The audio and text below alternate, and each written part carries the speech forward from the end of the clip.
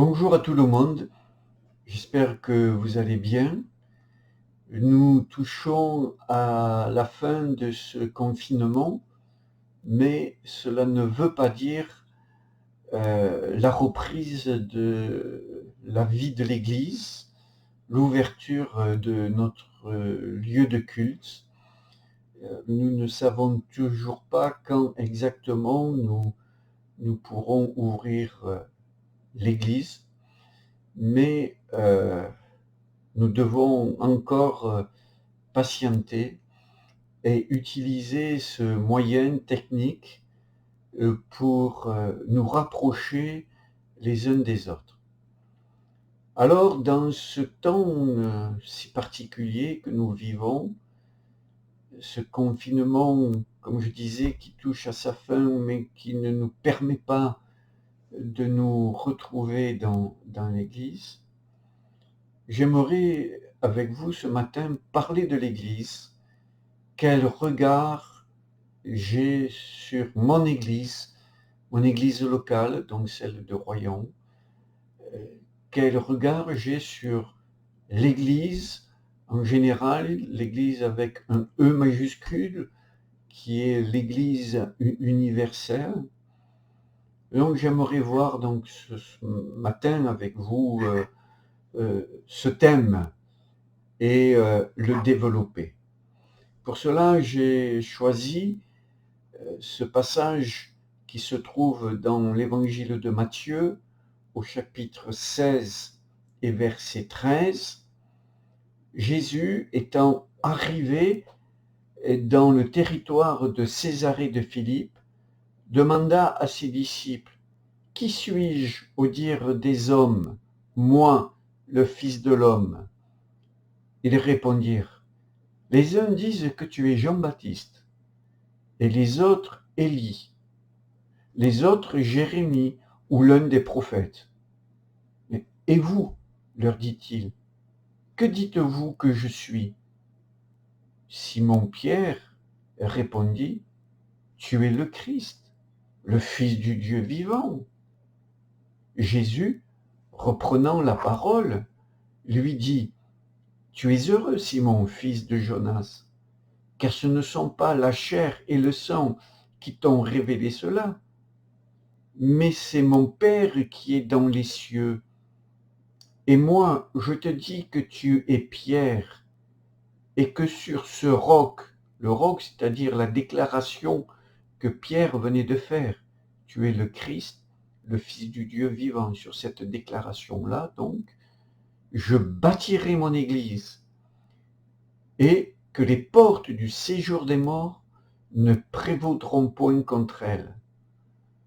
Je te donnerai les clés du royaume des cieux. Ce que tu liras sur la terre sera lié dans les cieux.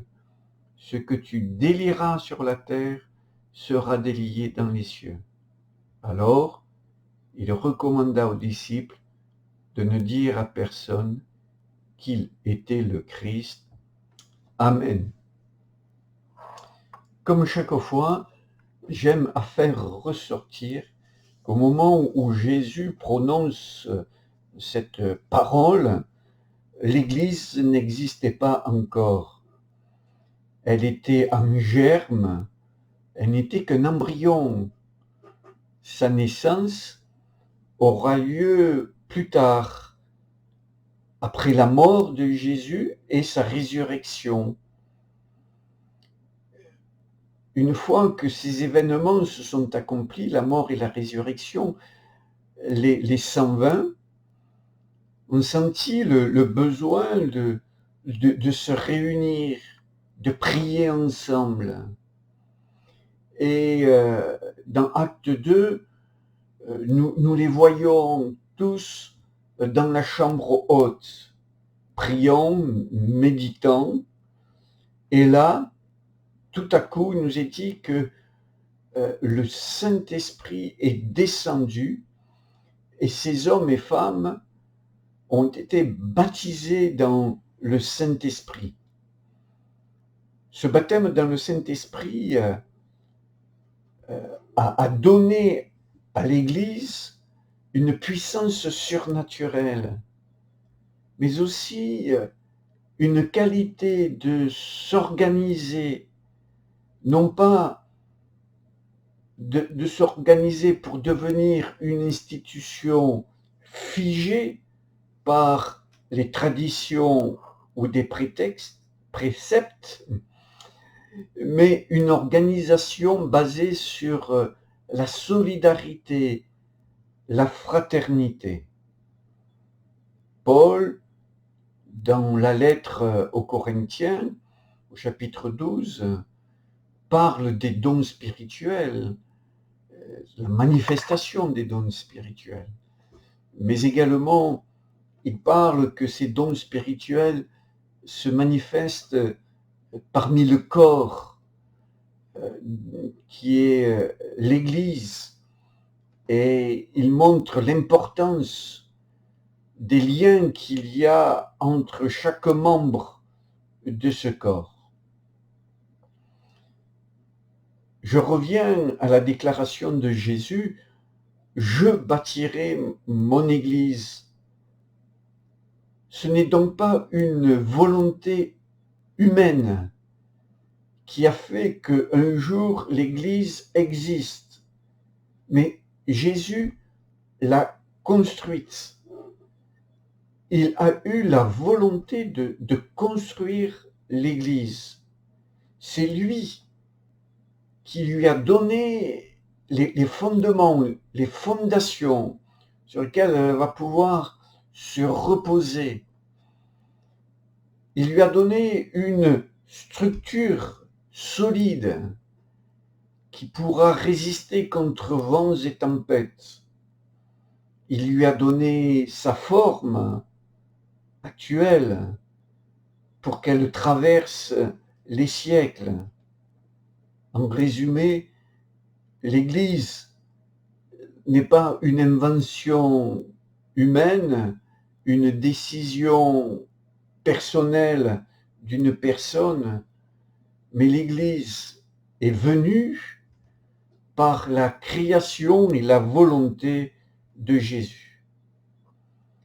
Dans cette période si particulière que nous vivons, où nous nous retrouvons confinés dans nos maisons, avec l'interdiction de nous rassembler, où chacun vit sa foi, son culte isolé de ses frères et de ses sœurs, où les seuls contacts que nous avons, c'est cette vidéo ou des réunions de prière par vidéoconférence. Cette situation peut faire apparaître des situations inquiétantes qui étaient certainement présentes déjà dans les cœurs, mais cachées, et qui aujourd'hui, à cause de ce confinement, s'activent. Alors voici quelques situations que nous pouvons rencontrer à cause de cette séparation momentanée, mais séparation physique des membres de l'Église. Pour certains, la tentation d'un laisser-aller spirituel. Pour d'autres, la frénésie de parcourir Internet pour trouver le prédicateur qui a le grand ministère qui se trouve dans la grande église. Pour un autre, de rechercher le prédicateur qui a un ministère de prophète. Pour un autre,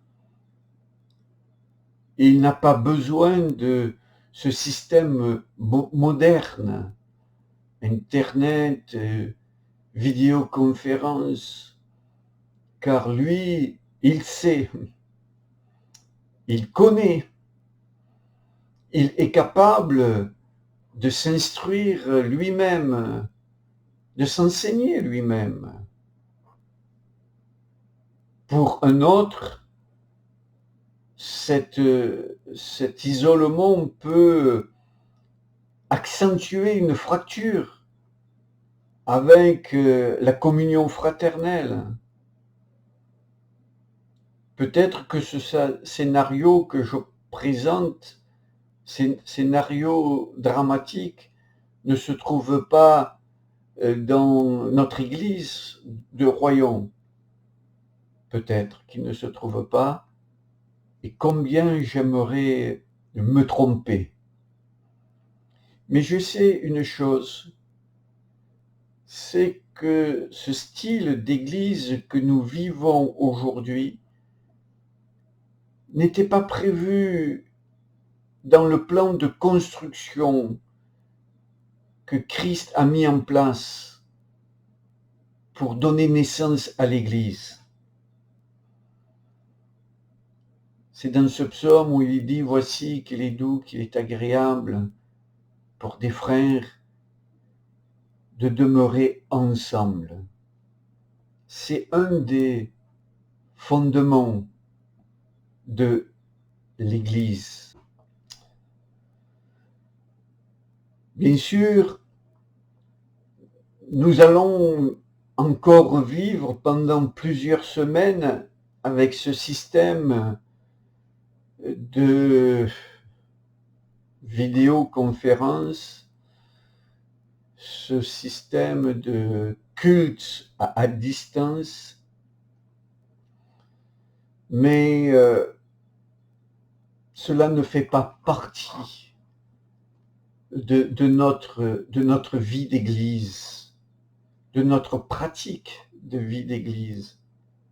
Alors, bien sûr, nous pouvons nous rassurer en disant, mais chacun de nous est une habitation de Dieu, chacun de nous est le temple de Dieu. Là où je suis, il y a Dieu. Oui, mais cela n'empêche que là où nous sommes, s'il y a Dieu, eh bien il n'y a pas nos frères et nos sœurs qui nous font tant de bien et quand nous sommes réunis. Et cette vérité de dire, mais on est le temple de Dieu, quand une vérité est poussée à son extrême, elle devient une contre-vérité. Oui, bien sûr, chacun de nous est le temple de Dieu, une habitation de Dieu. Je ne vais pas me contredire puisqu'il y a quelques semaines en arrière, eh bien, j'ai prêché sur cela, que nous sommes le temple de Dieu et que nous devons construire, parer intérieurement ce temple des plus beaux bijoux, plus exactement, qui doit être paré d'or et de pierres précieuses. Donc je ne vais pas me contredire.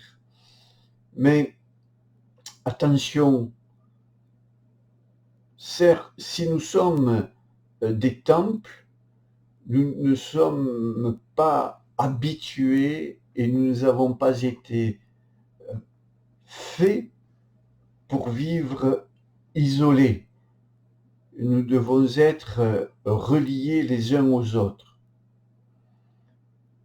Je me pose cette question, et je vous invite à vous la poser aussi. Dans ce temps d'isolement, qu'est-ce que je fais pour être relié à mon frère, à ma sœur? Qu'est-ce que je fais? Je ne sais plus en quelles circonstances, mais c'était au début du confinement, je disais isolé, mais non solitaire. Et c'est sur cela que nous devons veiller.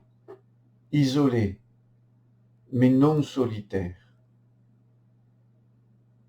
Nous avons tous fait, me semble-t-il, l'expérience de tirer sur une tige de lierre qui envahit nos jardins. Et en tirant sur cette tige, nous faisons apparaître tout un chapelet de racines. Et ces racines sont toutes reliées à cette tige et nourrissent en même temps la plante qui est le lierre. Et à l'exemple de ce lierre qui lui est envahissant, nous sommes ces temples, mais nous sommes des temples greffés, reliés les uns aux autres. Et ce lien qui nous unit les uns aux autres et qui nous donne la vie, c'est l'amour fraternel. Quand nous coupons cette tige du lierre, que nous l'arrachons bien sûr de la terre, eh bien cette tige va mourir. Et quand le temple, quand la demeure de Dieu n'est plus reliée, liée aux autres temples par ce lien de l'amour fraternel, eh bien la lumière qui est dans ce temple s'éteindra petit à petit. Cela prendra du temps, mais la lumière, à un moment donné, va s'éteindre. Et on ne verra plus que la construction. Alors que ce qui est important, c'est la lumière qui est dans le temple que nous sommes. Quand Jésus dit « Je bâtirai mon église », ce mot « ecclésia » donc veut dire église. Ça veut dire aussi assemblée ou convocation. Aujourd'hui, nous sommes rassemblés virtuellement grâce aux moyens modernes qui sont à notre disposition. Mais Jésus ne pensait pas à ce rassemblement par distance. Je bâtirai mon église, je bâtirai mon assemblée, j'apporterai une convocation. C'était pour nous rassembler, comme une poule rassemble ses poussins. Et nous, je pense que nous devons être sensibles à ce rassemblement et aimer ce rassemblement. L'Église qui est si forte et en même temps si fragile. Forte, car Jésus dit « Les portes du séjour des morts ne peuvent rien contre elle. Ces portes ne s'ouvrent que d'un seul côté, celui pour laisser entrer et engloutir ses victimes. Mais ces portes ne pourront jamais engloutir l'Église. La mort, les siècles, le temps n'auront jamais d'effet destructeur sur l'Église.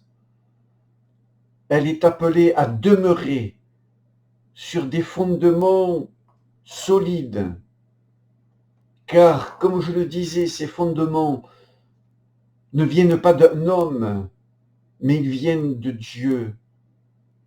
Cette Église qui a plus de 2000 ans d'histoire,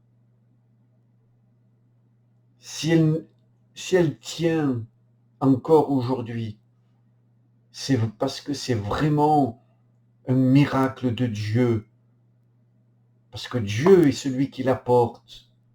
Combien d'hommes ont voulu construire des royaumes, des systèmes,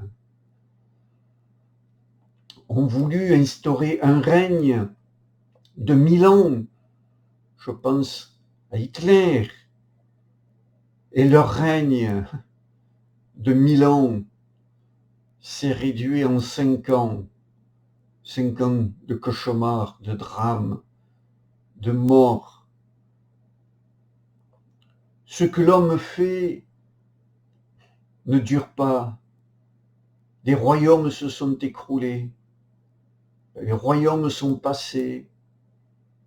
Mais l'Église de Jésus-Christ est toujours là. Elle a subsisté. Les portes du séjour des morts ne peuvent rien contre elle. Elle se dresse tel un rempart contre le péché. Dans tous les siècles, l'Église a toujours été à contre-courant. L'Église a toujours prêché à contre-courant de ce que la société de son époque vivait. C'est pour cela que l'Église a été moquée, martyrisée, mais que l'Église aujourd'hui est toujours présente.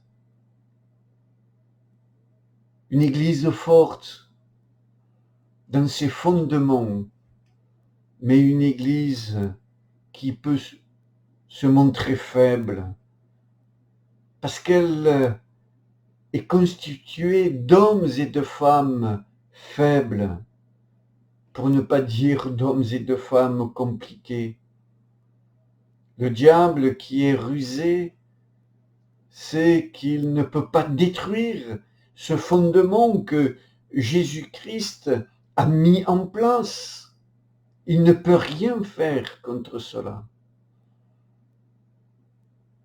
Même s'il lève une armée contre l'Église, l'armée ne pourra jamais la détruire. Alors, comme la violence ne peut pas détruire l'Église, mais que la renforcer de l'intérieur, sournoisement, avec sa ruse habituelle, il joue avec les hommes religieux de toute religion. Quand celui-ci donne à Satan, au diable, l'occasion qu'il joue, comme Satan a joué avec Adam et Ève au jardin d'Éden. Et c'est ainsi que de l'intérieur de l'Église, combien de drames ont eu lieu, combien de guerres, de religions,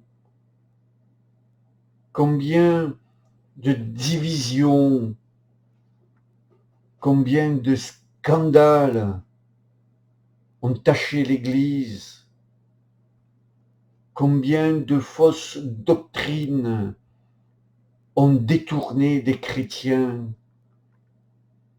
combien d'exagérations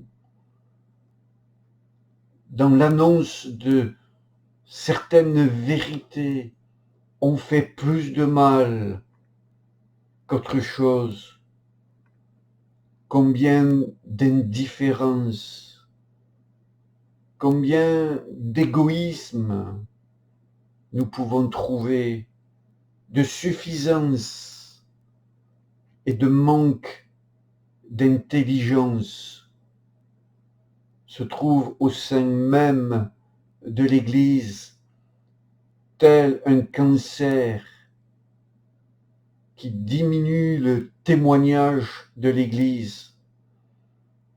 Dans tous ces contre-témoignages, quelle est la part de l'homme? Quelle est la part du diable? Quel est le pourcentage de l'homme? Quel est le pourcentage du diable? Parfois, il y a plus dans le cœur de l'homme de cette perversité dans les choses spirituelles, et il suffit que le diable pousse un petit peu pour faire tomber cette personne qui a cette perversité, cette instabilité spirituelle, pour la faire tomber dans un extrême. Quel regard avons-nous sur l'Église? Quel regard avons-nous sur notre Église? Comment je vis ma vie d'Église à Royan? Alors nous pouvons avoir un regard différent sur l'Église, sur notre Église, un regard de bienveillance, un regard de pardon, ou un regard porteur de reproches. Mon propre regard, si vous me posiez la question, mais pasteur, quel regard avez-vous sur l'Église? Alors mon regard, c'est celui que je viens d'énoncer euh, sur l'Église. C'est mon regard de pasteur, mais mon regard de chrétien, parce que je suis avant toute chose chrétien, et je le résumerai, ce regard, par un proverbe qui n'est pas biblique, mais qui témoigne de comment je vois et je voudrais vivre l'Église. Et que l'on vive ensemble, bien sûr, l'Église. Alors ce proverbe est celui-ci: seul je vais plus vite, mais ensemble on va plus loin. Moi, je donne comme interprétation à ce proverbe par seul je peux travailler et je peux aller plus vite, mais ensemble, dans une communion fraternelle, on va plus loin. Et c'est ce qui est important, c'est pas tant d'aller vite, mais c'est d'aller loin, d'aller jusqu'au bout. Et pour aller jusqu'au bout, seul, ça me sera difficile. Je pourrais aller vite, mais est-ce que je vais pouvoir aller jusqu'au bout? Quel est votre regard sur votre Église? Pour terminer, je dis, ensemble, marchons dans la même direction au point où nous en sommes arrivés. Devant nous, il y a des temps incertains qui se présentent, mais devant nous, il y a un temps certain où nous sommes certains de trouver des bénédictions spirituelles. Et c'est ensemble que nous devons les vivre. C'est ensemble que nous devons combattre. C'est ensemble où nous sommes basés, posés sur les fondements de Jésus-Christ, que nous allons pouvoir ensemble atteindre le but final. Parce que ensemble, nous allons nous encourager. Que Dieu nous bénisse, que Dieu vous bénisse, que Dieu bénisse chaque membre de l'Église de Royan. À bientôt, mes frères et sœurs.